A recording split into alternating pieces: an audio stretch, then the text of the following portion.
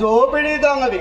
నీ దారికి అడ్డొస్తే అమాయక ప్రజలైనా ఆఫీసర్లైనా హతమార్చే నరరూప రాక్షసుడివి.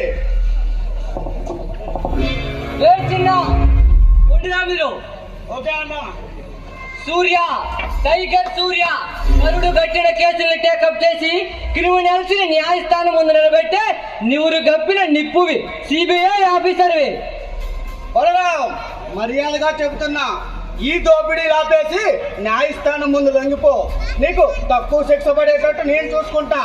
ఏం నేరం చేశానని గంతలు కట్టుకున్న ఆ న్యాయ దేవత ముందు, సతికిల పడిన ఆ చట్టం ముందు చేతులు కట్టుకొని నిలబడాలి. ధర్మ యుద్ధం చేస్తూ ధర్మాన్ని వేటాడమా, లేక వేల కోట్లు కుంభకోణాలు చేస్తూ వేల కోట్లు కొల్లగొడుతున్న కిరాతకుల్ని కాపు కాసి వేటు వేయడమా? చెప్పు మిస్టర్ సూర్య, నేను చేసిన నేరం ఏమిటో, ఘోరం ఏమిటో?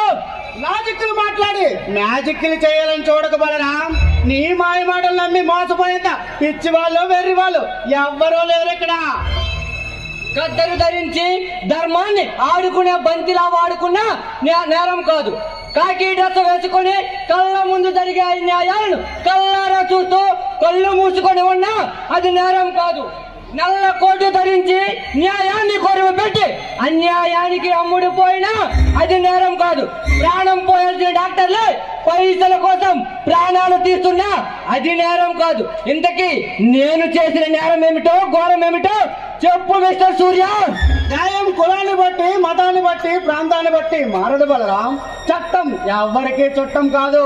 నువ్వు ఇలాగే తప్పులు చేసుకుంటూ పోతే చూస్తూ ఊరుకోవడానికి న్యాయస్థానం ముందు సీఎం అయినా సామాన్య ప్రజలైనా ఒక్కటాన్ని గుర్తుపెట్టుకో. అది నువ్వు అనుకున్నంత మాత్రాన సరిపోదు మిస్టర్ సూర్య. అది నిజమని ఈ సమాజం నమ్మాలి, అది నిజమని ఈ ప్రజలు నమ్మాలి.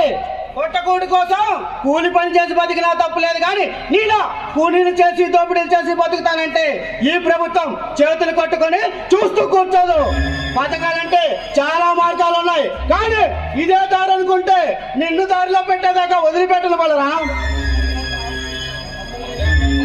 కద్దరు ధరించి ధర్మాన్ని ఆడుకుంటా నాయకులకు చెప్పు మిస్టర్ సూర్య.